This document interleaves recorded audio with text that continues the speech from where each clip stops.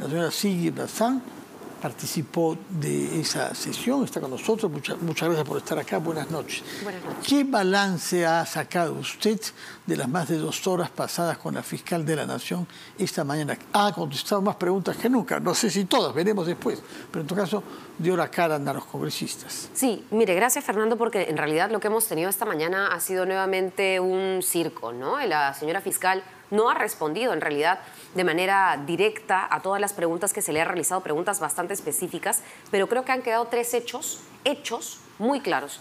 El primero es que la señora fiscal de la Nación retiró a la fiscal que la investiga, la fiscal Barreto, y designó... No directamente, porque no lo puede hacer, ¿no? Investiga un tema en el que está implicada ella. Ella firma la resolución que la retira y designa a una fiscal. No digo, lo que no está confirmado, lo que no es exacto es que Marita Barreto estuviese investigando a la fiscal de la Nación, cosa que funcionalmente no puede. Correcto, correcto.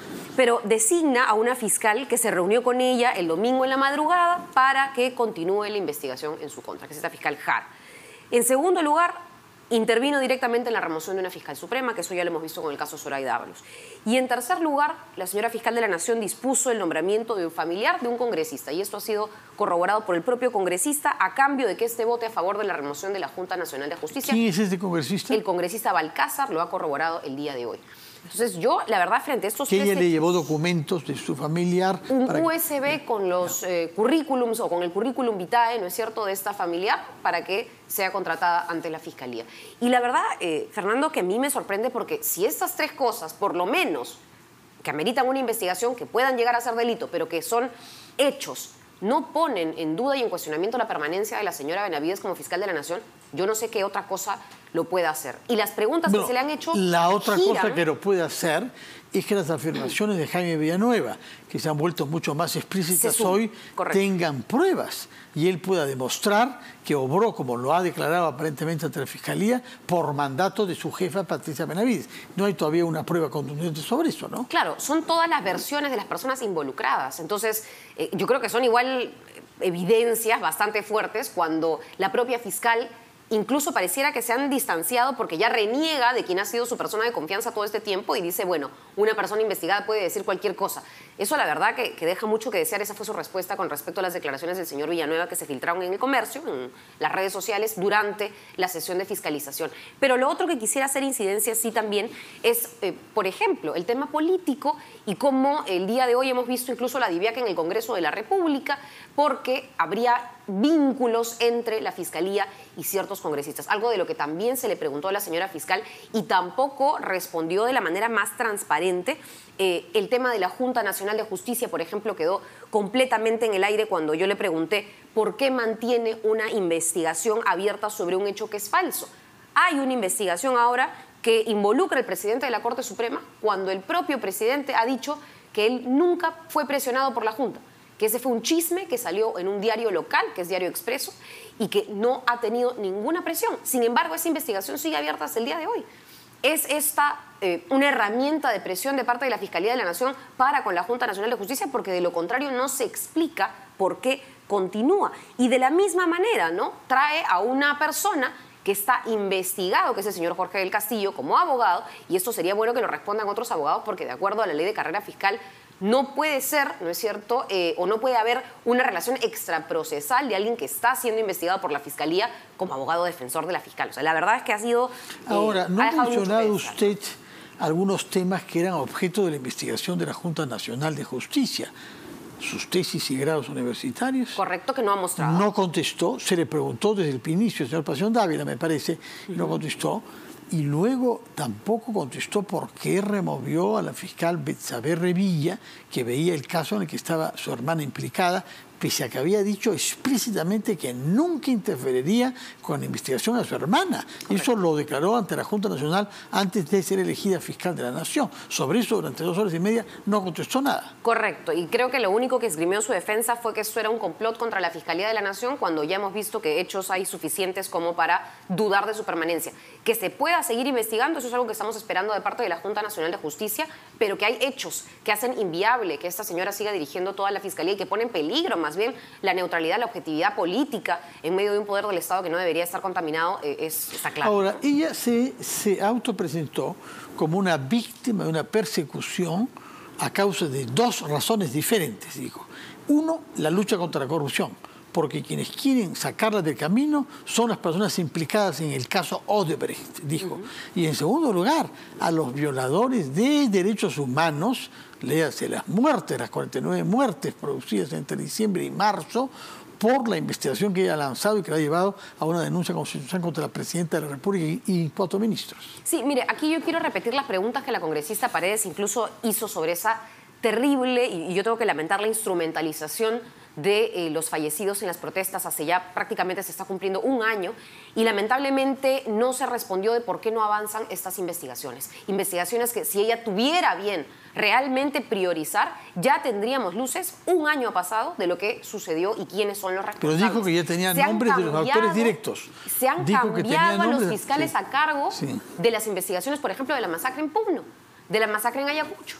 Y no se dio, porque se le preguntó, explicación de por qué esos cambios de fiscal de investigación. Entonces, la verdad es que esa instrumentalización del conflicto político, ese te devuelvo la pelota, ¿no es cierto?, al Ejecutivo, es parte de una maniobra política que de defensa no tiene absolutamente nada de fondo, ¿no? Por otra parte, llama la atención que no haya avanzado la investigación sobre casos de corrupción de Pedro Castillo. Ese es otro tema que, por ejemplo, no se hizo mucha incidencia, porque aquí se trata de jugar en pared con respuestas políticas a temas de fondo y que están en investigación. La señora no ha respondido, por ejemplo, qué tanto avance hay con respecto a las investigaciones que comprometían o comprometen al expresidente Pedro Castillo con casos más allá del famoso caso del golpe de Estado, que es el que más se escucha y del que más se ha avanzado. Pero con respecto al tema de las empresas que habrían, ¿no es cierto?, licitado por o en, digamos, a cambio de prebendas, eso no se ha dado ningún reporte, no se ha dado absolutamente nada. Y bien se dice que la fiscal de la Nación es, ¿no?, una de las abanderadas o ha sido una de las abanderadas en contra de... Tampoco ha rendido cuentas de una gestión bastante eficiente en este tipo de investigaciones. Entonces, la pregunta cae también por su propio peso, ¿no? ¿Está haciendo algo la fiscal de la Nación o es un instrumento político de un grupo de poder político que ahora está más bien perdiendo piso y eso es lo que genera este sismo, ¿no? De acuerdo. ¿Hay alguna prueba de que esté implicada en inconducta funcional? ¿O hasta el momento son indicios? Mire, todo lo que existe ahora, entiendo por el estadio de la investigación, son indicios. Creo que ahí un abogado podría responder más sobre la diferencia entre indicio y prueba, pero cuando se habla de testimonios, la primera prueba o el primer indicio fueron los chats. Y se dijo, y la defensa de la señora Benavides dijo, que los chats tenían que ser corroborados. Sale el autor de los chats a corroborarlos. O sea, ya pasamos de un indicio o de una fotografía, por ejemplo, de un pantallazo o de un chat, al testimonio. O sea, esto ha ido increyendo y yo creo que se está fortaleciendo toda la evidencia para corroborar que había una organización y que tenía como objetivo determinadas cosas. El tema de copar la Junta, o el tema de remover a quienes sean incómodos a la fiscal, es decir, todo un juego que yo creo está contribuyendo y que involucra a determinados congresistas que hoy vemos, incluso no solamente estarían, como en el caso de la denuncia que presenté contra la congresista Chirinos, Patricia Chirinos, sino también ahora congresistas que hasta a personas recomendaban para trabajar en la fiscalía, ¿no? Pero, pese a todo, una de las decisiones que se ha tomado hoy es realizar un pleno mañana. Correcto. Y el tema va a ser la Junta Nacional de Justicia. Es decir, estamos ante el riesgo de que el Congreso de alguna manera paralice o impida el trabajo de la Junta en momentos en que mañana tiene convocada a la señora Patricia Benavides. No sabemos si iría o no, sí, pero ha sido convocada. Esto es increíble. El día de ayer hubo junta de portavoces, yo soy vocera de mi bancada y hemos sido el único voto en contra de realizar 2 plenos, porque mañana van a haber 2 plenos, uno en la mañana para una interpelación al Ministerio del Ambiente y otro en la tarde para ver específicamente una moción del congresista Esdras Medina que está redactada cual alegato del abogado de la señora Benavides. O sea, literalmente la moción pide investigar por 10 días, nuevamente de manera express, a la Junta Nacional de Justicia por investigar a la fiscal. O sea, realmente es un pleno para fungir de abogado de la fiscal de la Nación. Esa es la moción que se quiere discutir el día de mañana a las, me parece que se ha convocado 8 de la noche, porque tenemos comisión permanente antes. Y yo creo que acá el propósito es, está claro, ¿no? O sea, es blindar a la fiscal de la Nación y que el Congreso se, digamos, coma ese papel, que juegue ese papel. Es realmente lamentable. Yo, además, lamento que esta moción se sostenga nuevamente en una falsedad, porque la razón por la cual se dice que hay que investigar a la Junta es precisamente porque la Junta habría presionado al presidente de la Corte Suprema.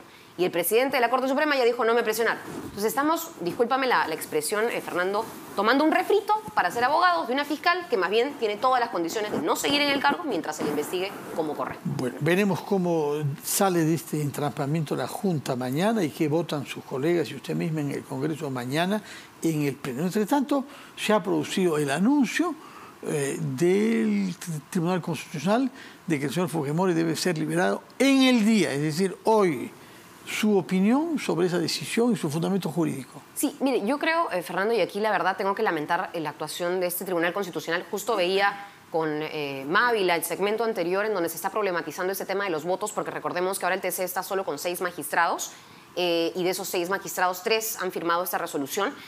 Pero más allá del tema jurídico, que yo creo que habría que hilar fino y analizar, sí me parece no solo una irresponsabilidad, sino un antecedente muy peligroso que el Tribunal Constitucional deje abierta la interpretación de que cualquier cosa de la Corte tiene que ser, digamos, o estar a libre disposición de cada Estado en cumplir. O sea, cada Estado decide si cumple y acata o no los lineamientos de la Convención Americana y de la Corte, cuando en realidad la propia Convención dice que las partes que suscriben la Convención se comprometen a ejecutar a todos los extremos los temas de la Corte Interamericana de Derechos Humanos. Entonces, la verdad, lo que el TC está haciendo es dejar un precedente nefasto y lo que sí creo es que esto debe ser frenado por el INPE. Entiendo que la reunión ya terminó, que la presidenta y el Ministerio de Justicia han acordado que esto se va a ejecutar, eso es lo que he escuchado por los medios de comunicación, pero no nos cabe más que exhortar a las distintas instancias y, por supuesto, a la propia Corte a que tome cartas en el asunto, porque ya se ha establecido los lineamientos de un indulto que, recordemos, ha sido investigado desde el 2017, que fue un negociado. Creo que ya la memoria es frágil, no nos acordamos de los Avengers, no nos acordamos del señor Mamani con su famoso reloj grabando las conversaciones de cómo se negociaban votos a cambio del indulto. No nos acordamos que incluso la Corte le enmendó la plana 2 veces al Tribunal Constitucional al decir que ni siquiera se había corroborado que el señor Fujimori contaba con atención médica, no tenía un diagnóstico de gravedad, tenía, digamos, todos los accesos, por supuesto, a su salud, a tratamientos, a rehabilitación. Y finalmente, no recordamos que la propia Corte menciona que sí procedería un indulto, pero en casos que no se han cumplido hasta el momento. Por ejemplo, en temas de salud no se ha cumplido, no se ha pagado la reparación civil. La conducta del condenado con respecto al esclarecimiento de la verdad no se ha dicho absolutamente nada. El reconocimiento de la gravedad de los delitos, los efectos que la liberación de una persona por ese tipo de delitos tendría a nivel social y sobre las víctimas y familiares, son considerandos que el Tribunal Constitucional no sostuvo en 2 oportunidades, que la Corte tuvo que corregir y que ahora este Tribunal Constitucional nuevamente deja heridas abiertas. Es la verdad algo que lamentar. Entiendo que hay un plantón en estos momentos desarrollándose afuera del Ministerio de Justicia y seguramente la ciudadanía también estará movilizándose, porque este es un tema no de odios, este es un tema de justicia, de verdad y reparación, porque hay víctimas, hay niños, hay personas que fallecieron, hay delitos de derechos o contra los derechos humanos que nos debe generar cierta empatía. Al contrario, más que odio, es memoria, es reparación y es justicia. Sigrid Bazán, muchas gracias por expresarnos su punto de vista. Recuerdo que usted es miembro de la bancada Juntos por el Perú, Cambio Democrático, es vocera de la bancada. A ese título ha participado en la Junta de Portavoces y lo hará eventualmente mañana si hay otra junta.